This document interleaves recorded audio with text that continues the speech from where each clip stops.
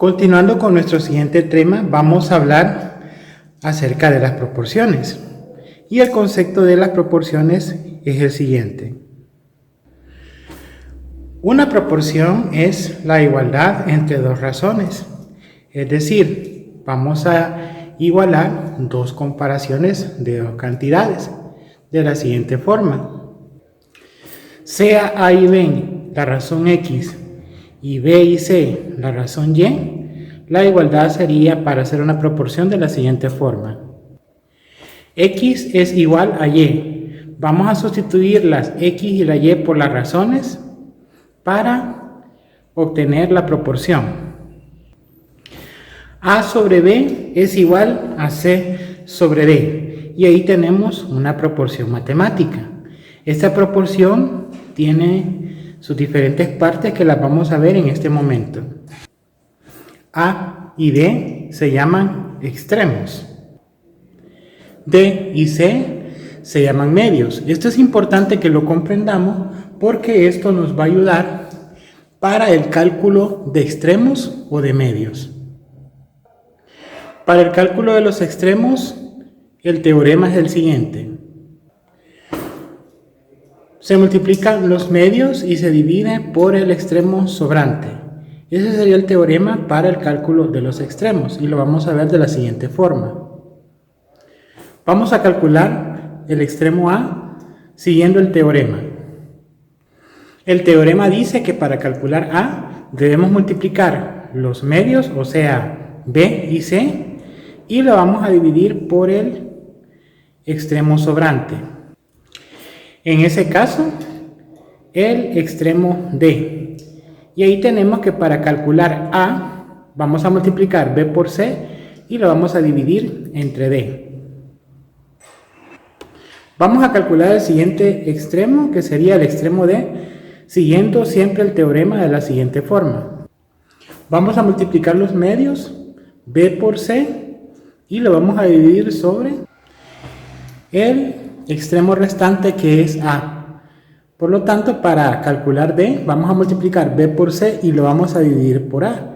Y de esta forma calculamos los extremos de una proporción. Para el cálculo de los medios, el teorema es similar. En este caso, se van a multiplicar los extremos y se va a dividir por el medio restante. De la siguiente proporción vamos a calcular el extremo B aplicando el teorema de la siguiente forma. B va a ser igual a la multiplicación de los extremos A por D y lo vamos a dividir sobre el extremo C, que es el medio restante. Y de esa forma obtenemos el valor de B multiplicando A por D y dividiéndolo sobre C. Vamos a calcular ahora el extremo C. Y lo hacemos siempre aplicando el teorema. El extremo C se calcula multiplicando los medios A y D y lo dividimos sobre el medio restante, que es B. Por lo tanto, para calcular el extremo C se multiplica A por D y se divide por B. Vamos a calcular el extremo A de la siguiente proporción. Y lo vamos a hacer de la siguiente manera. Siguiendo el teorema, A va a ser igual a multiplicar B por C sobre D. Sustituimos en el valor numérico para hacer el cálculo.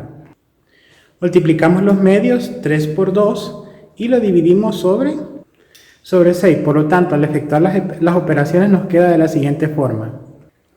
3 por 2, 6 sobre 6. Por lo tanto, A es igual a 1. Y esa sería la respuesta de A. El valor de A es igual a 1. Tenemos la siguiente proporción, 7 sobre B es igual a 21 sobre 4. Por lo tanto, tenemos que encontrar el medio B. Según el teorema, esto lo calculamos de la siguiente forma.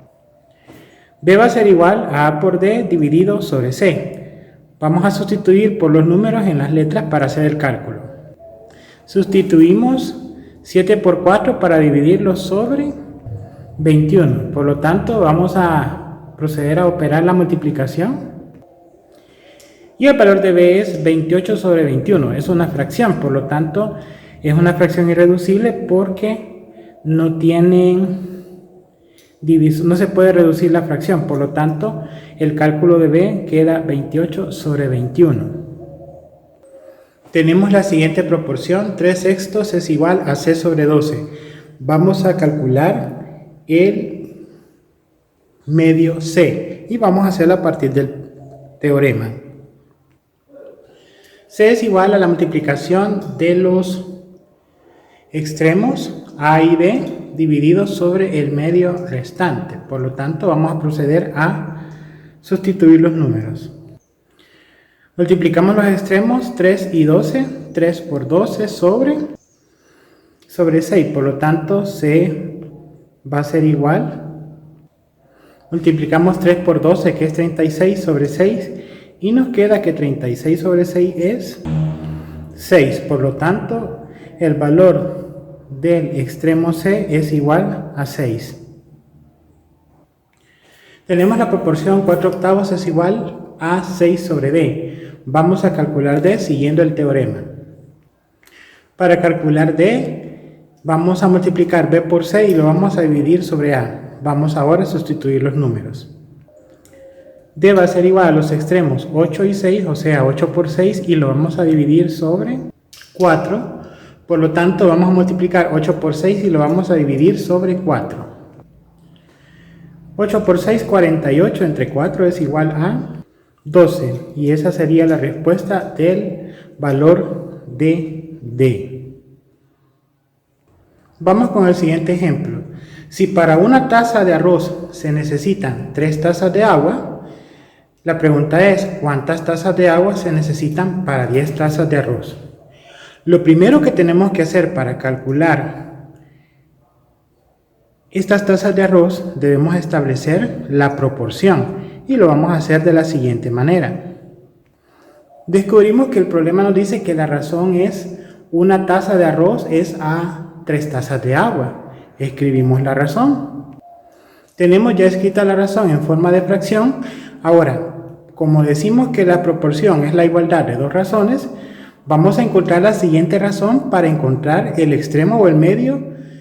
Hoy que ya tenemos la primera razón, vamos a encontrar la segunda razón donde está la incógnita que buscamos.